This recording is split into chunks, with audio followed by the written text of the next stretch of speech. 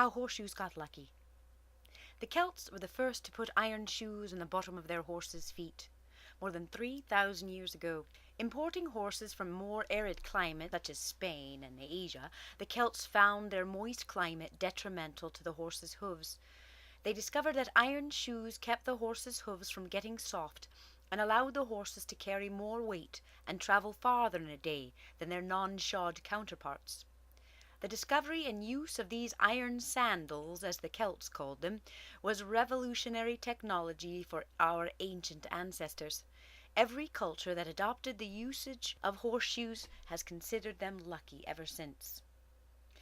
Celtic women would weave a horseshoe into their bridal bouquet, so that good luck would sprinkle out before the bride as she walked down the aisle. Tradesmen would nail a horseshoe onto their wagons or use horseshoes as the handles on their trunks to bring luck and protection from highwaymen and robbers.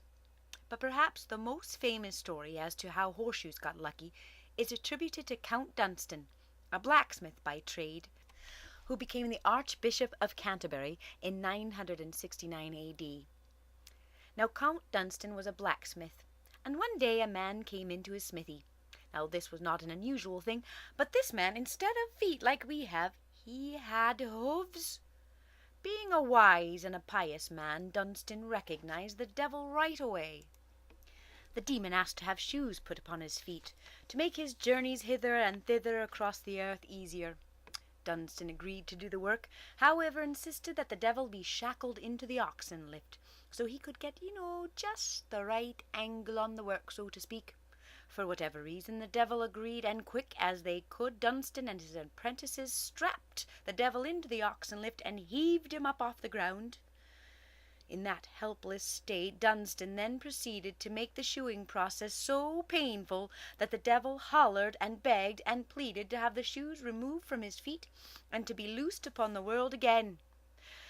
Dunstan agreed to set him free on one condition.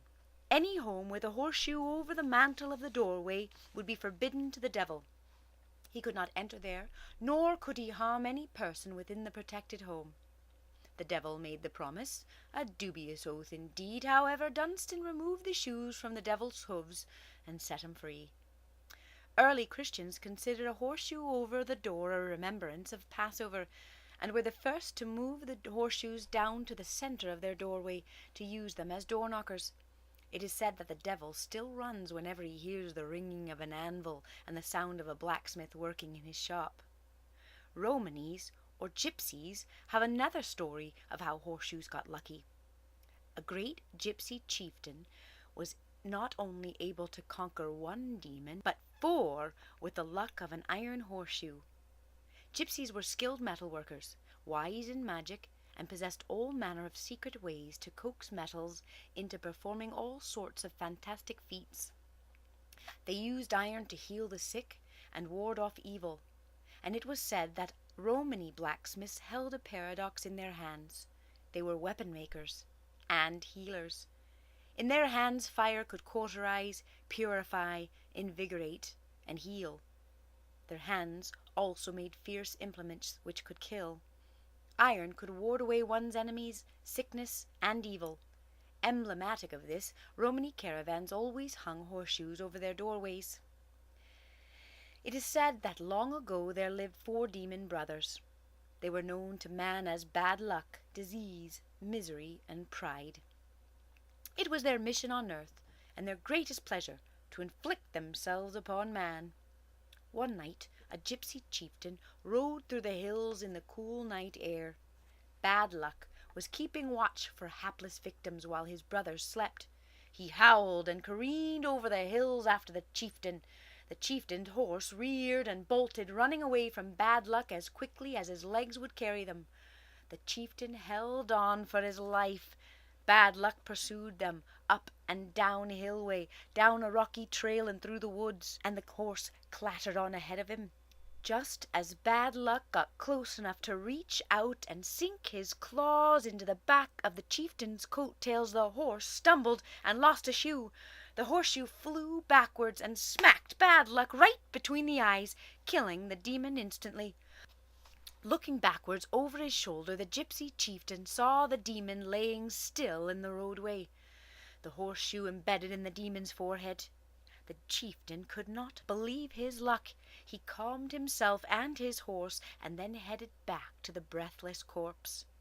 Astounded by his luck, he wrenched the horseshoe out of Bad Luck's forehead and took it home with him. That night, around the campfire, the chieftain told his people of his escape, and mounted the horseshoe over the doorway of his lead wagon. Shortly before morning, disease, misery, and pride awoke.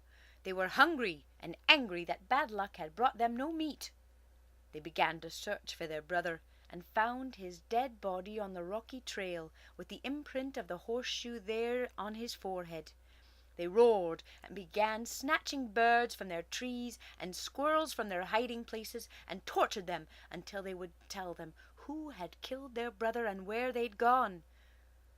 By evening, they were closing in on the gypsy camp.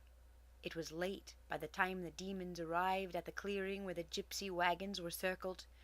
Their campfires had long gone out, and everyone slept peacefully. The demon brothers yelled and howled for the chieftain to show himself. Boldly the chieftain burst out of his caravan and said, "I am here, demons. I killed your brother, and here is the horseshoe that left its mark upon his forehead." Seeing the horseshoe nailed above the doorway, the demons recoiled in fear. "My horse has 3 others remaining, 1 for each of you," bellowed the chieftain. "Be gone with you, or meet the same fate as your evil brother." Now demons are mean, but very stupid, and easily frightened, and they went away screaming in fear of the gypsies' lethal horseshoes, never to be seen or heard from again.